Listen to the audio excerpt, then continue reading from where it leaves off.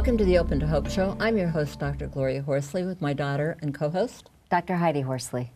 Well, Heidi, we are going to have a show that you always love. Yep, I do. Yeah, which is a sibling launch show. Yes. And we're going to talk about something that I don't think people really realize that siblings feel, am I enough? Right. Am I ever going to be enough?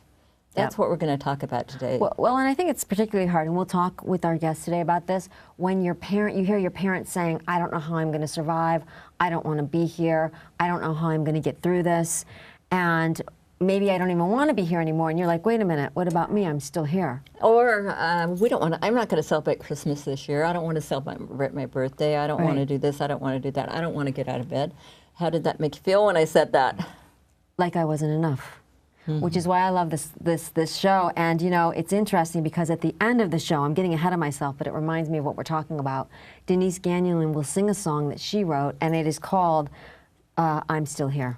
Right, I love that. Yeah. And she wrote that specifically for the siblings at the Compassionate Friends, right? Yes, absolutely. Really fantastic. Yeah. Well, we've got some great guests today, and before you introduce them, we're going to have Jordon Ferber, a short clip that Jordon Ferber made for us at Open to Hope. We go around the United States and do videos, clips, of people who have had a loss and found hope and healing, and we're going to show you one of the clips today off our Open to Hope videos. So that'll be, and then we'll have our guests on. So you want to introduce our guests, start out with Heidi? You want me to do that first, or are we going to do the clip first? Let's introduce them and then do the clip. Okay, and here they are. Four great guys. I mean, three great guys. Three great guys. Four including Jordon, who's going to talk on the YouTube about his brother Russell and how that was for him. But these three guys are great. So Keith Singer has been on our show before, and he is a resident. You know, this is not his first rodeo. His sister Lori died in a car accident, and she was in the military, and she was active duty Navy. Yep. So thank you for her service, because I know it's a family thing, because my son is in the military. Keith is very involved with the Compassionate Friends. Yep, we see him there. He runs a sibling chapter in Staten Island, and he does a panel which is one of the most important panels of our conference every year at the National Conference, and it is called, he facilitates it, it's a sibling panel for parents and grandparents. Yep. Does it have a name? That's It's just the panel. I love it. It's a sibling panel for standing room only. Yeah. People love it. And Right. he can tell us a little bit about what he's learned about what the parents need and the disconnect between the parents and, you know, their children. Right. Next to him is Jason Wendroff-Rawnicki. That's correct. Jason and Keith know each other because their parents are good friends, and so therefore they are. His sister Lauren died in a car accident, so you both lost sisters. And he is a certified yoga instructor. He co-founded Shine Yoga Center in New Jersey, which won an award for one of the best yoga centers in New Jersey. And he leads retreats and workshops all over. And so we'll be speaking with him as well. And then next to him, and Jason has been on our show before also. Right. So next to him is a newcomer to this group. Yes, I am. Fred Donegan, who I met at a Twinless Twins conference, which I had the honor of keynoting in a few months ago, and he lost his twin, his identical twin brother, Charles. And what is interesting about this is 2 weeks before Fred was born and Charles was born, Charles died. So they were womb mates. And I think one of the things, Mom, I learned from both Fred and from the Twinless Twins I worked with was we cannot underestimate the bond that happens in utero, the bond that happens between siblings before they're born. It is really, really powerful. And you know, Fred, I got to be in a workshop with him, and he said, you know, part of him, he felt like part of him has been missing all his life, and that part of him is not there because Charles isn't with him. So we'll talk with him as well.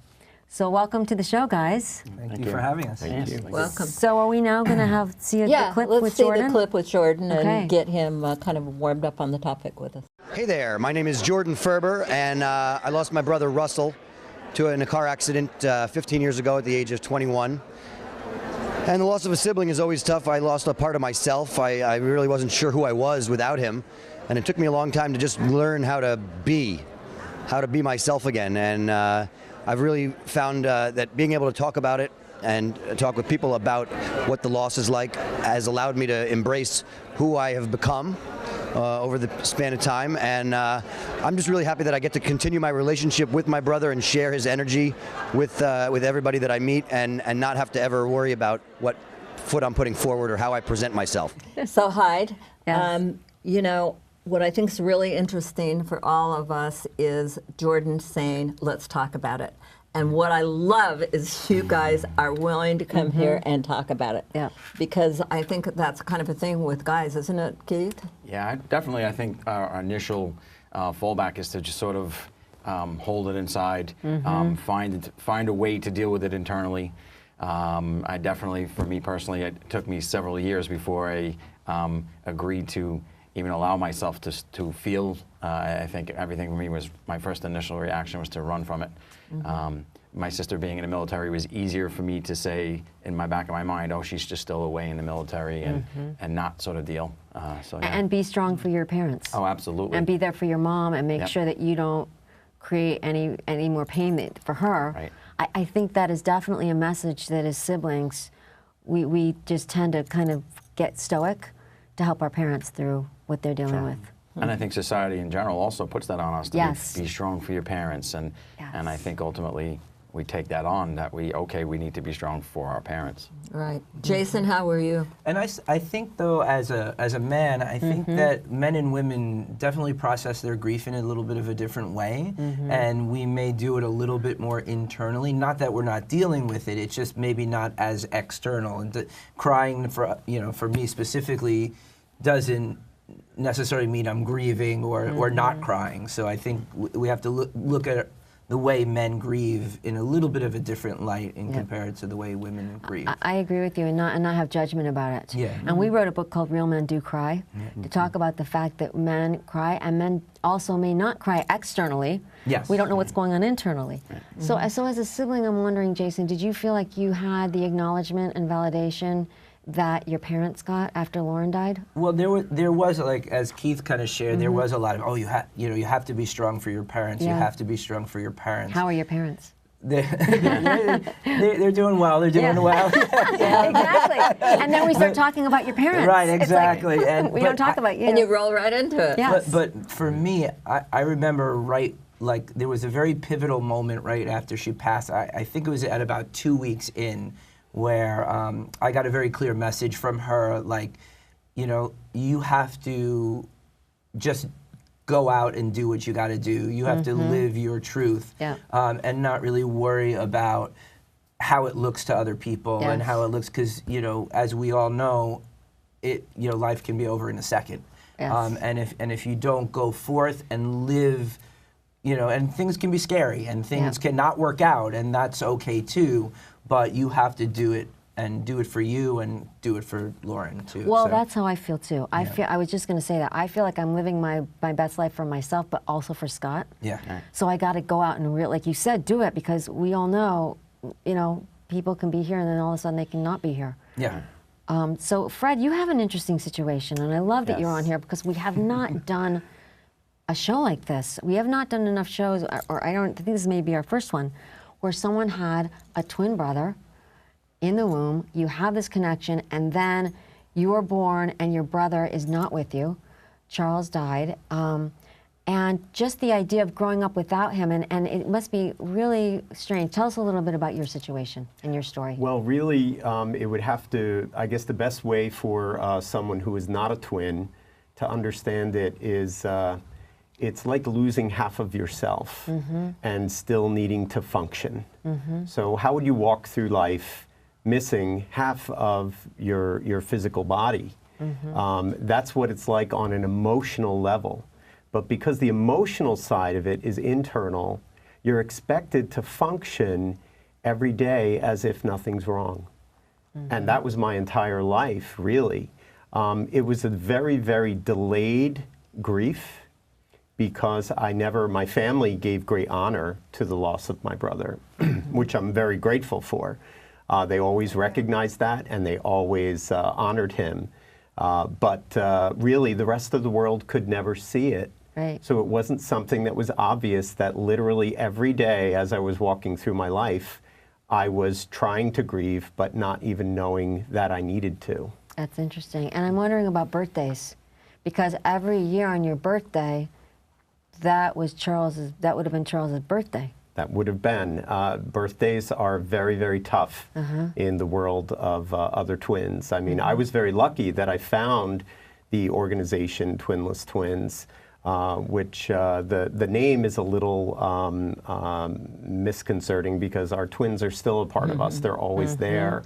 But I was very lucky that I found some very, very special people there who understood my very unique grief and how to help me manage it. So we're calling this show, Will I Ever Be Enough? Does that resonate with you guys? Oh, yes. I think what happens is you start to, at some point, come to that it's not just you're living just your life, but also I want to live in honor of my sister's life. Now you're an only living child. Is am. that how we would put it? How do you frame that? How do you think of that? I feel like now I have the full attention of my parents, and now all the focus is on me, and maybe some of the pressure is on me. So I feel like, yeah, I'm not just living for myself, but also my sister as well. Yeah, my thought is though I always kind of get challenged with sort of that. And am I enough for myself? And that's really the question. That's a good point right that's there, the because question. in the end, I think that's what it is. Yeah, like, and just to be honest, there was a while where I had to kind of pull back from even both my parents a little bit, just from the communications, just so I can get more in tune with what I needed to do for myself. I like that. And then once I was able to like kind of say, okay, this is what I need to do now I can re-engage. And I know as a sibling that for me that was important. I know for a while my parents were all concerned about, oh my God, he's not dealing with this situation, and that was not the case at all. I was just dealing it in the way that I needed to for me, and then once I had a handle on that, then I was able to re-engage again. I like that, because I mean, Keith sees that all the time on the panel, right? Yep. People feeling like, okay, well, they're not grieving in front of us, so maybe they're not grieving, or maybe they're not dealing with it. Right. The good thing about that panel is it sort of bridges that gap, lets parents sort of ask some questions to siblings to try to understand what they are maybe feeling or what they are going through. And it sort of, I think it helps set them at ease a little bit. To know that maybe they are dealing with it, but just not in front of you. I think the key is that they very well may be dealing with it, just so that you don't see it doesn't mean that they're not doing it In their own way. Yeah, Yeah, no, absolutely. and what about you, Fred? It's again, it's a little bit difficult because it's a loss that the world doesn't see. Yeah. So it's very, very hard for someone else to understand.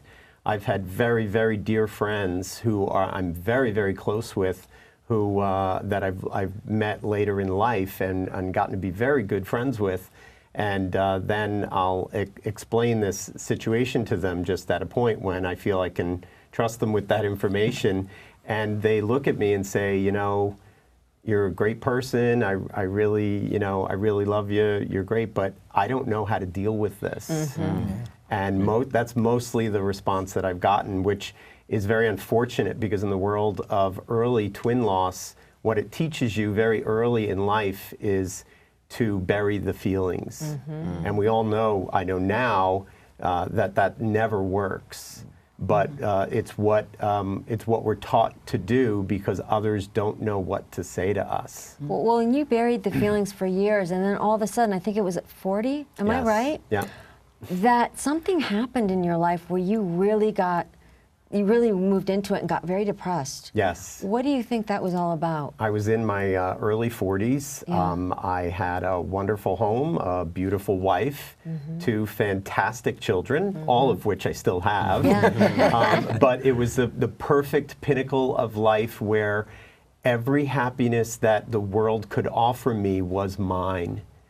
And at that moment, not spawned by the happiness, but just it was at that moment that I think the lack of my brother in my life and the loss of my brother throughout my life really became real to me. And it was like, while everything in life was almost as perfect as it could be, emotionally, the floor just collapsed and fell out from underneath me.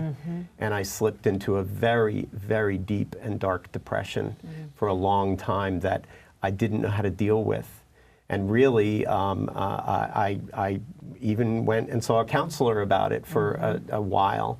And what the counselor told me was, you're a nice guy, everything seems to be great, but I don't think I know how to help you. Wow. So Heidi, what I really want to do now is to go to each of these guys and find out what things they have done to find hope as a sibling and with the challenges that they've had in life. So let's start with you, Keith. For me, I think it's engaging with others that have lost a sibling. There seems to be this, it's weird to me, but it's like there's a comfort level about being around others that have lost a sibling. Trying to help others, I think deal with this, because I think early on there was nobody around that could sort of, or I didn't accept the help of others that maybe have been through it. And well, not everybody wants to hear about this after absolutely. a year or two, right? No, you're absolutely they're like, get a life. Right, it's been 2 years, you're still, Yes. right. So the expectations from others, you're right, is that you kind of move on and get over it, where it's not something I don't think you ever get over. I think you just figure out and learn how to cope.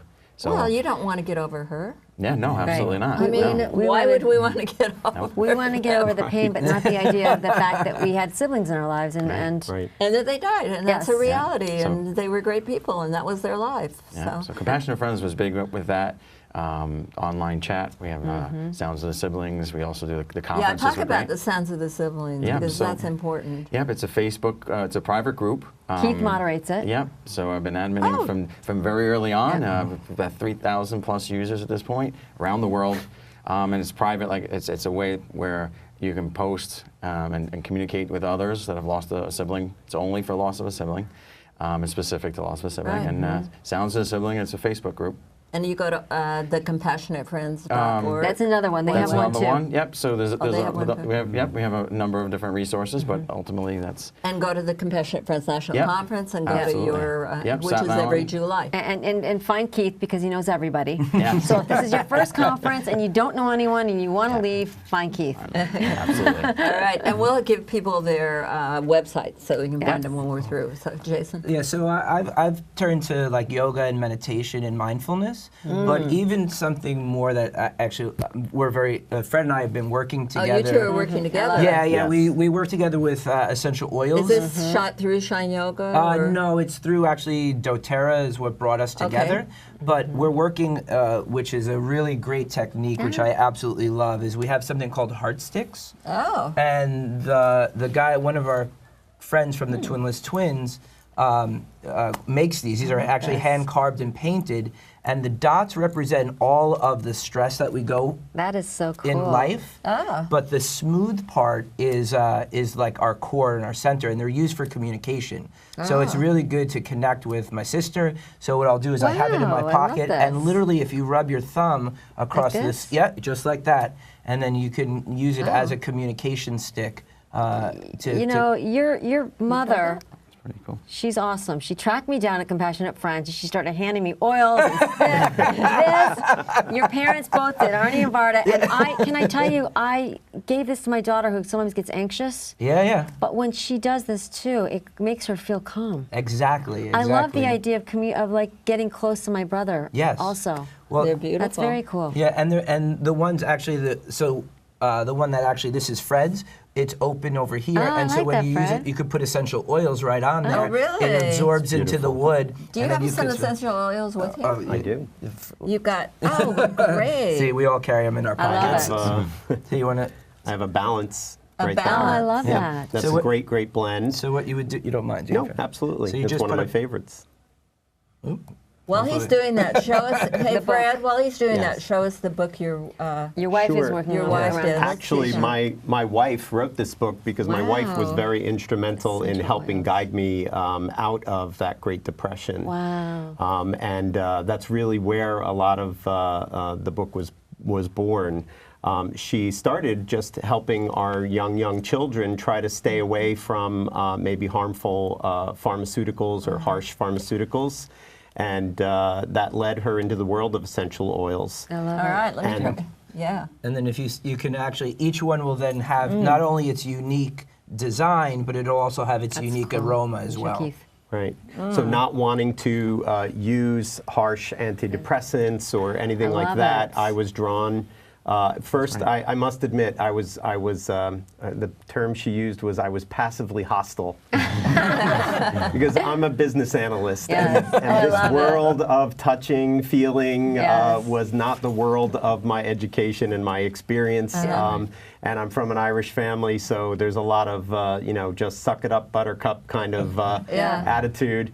And this was new for me. It was very new for me. But she dove into the science side of it. And then that's where she really started to do work with essential oils and in helping in the health of our children, and then ultimately helping in to pull me out of that deep, dark place that had captured me for quite some time. So do you and Jason have a website for the essential oils that people can order?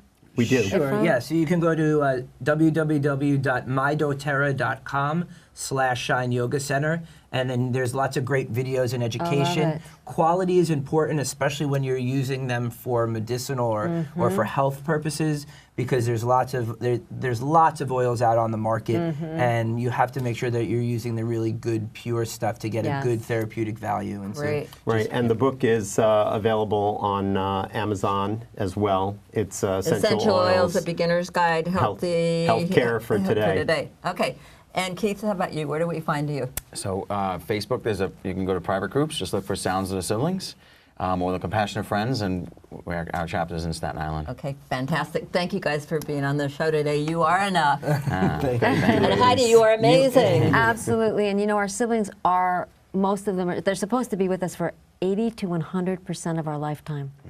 So it's normal to kind of keep revisiting the depth of that grief throughout your life course. And keep them with you. And keep them with you, and keep living your life, and know that you're enough, and not having, like, I always feel like I have to overachieve, because now I'm living for 2 people. I'm like, Heidi, dial it down. You're enough. You're enough. You're enough. All right. Well, thank you guys again, and thanks everybody for watching our show today. And now we're going to move in to have Denise Ganulin do I'm Still Here. And again, thank you for watching this show. And Heidi and I always want to remind you that if you've lost hope, please lean on ours until you find your own, and God bless.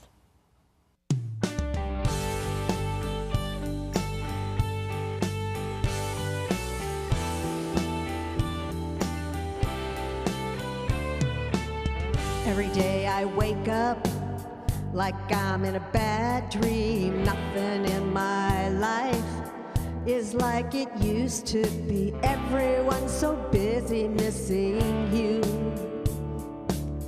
Do they notice that I miss you too? I'm still here. Can anybody see me? I'm still here. Can anybody hear me? I'm trying to hang on to something that used to be me, and I'm still here. I'm still here. Can there be a rainbow after this much rain? Will I ever know the sound of laughter again? How can the world keep moving on when everything stopped here once you were gone? I'm still here. Can anybody see me?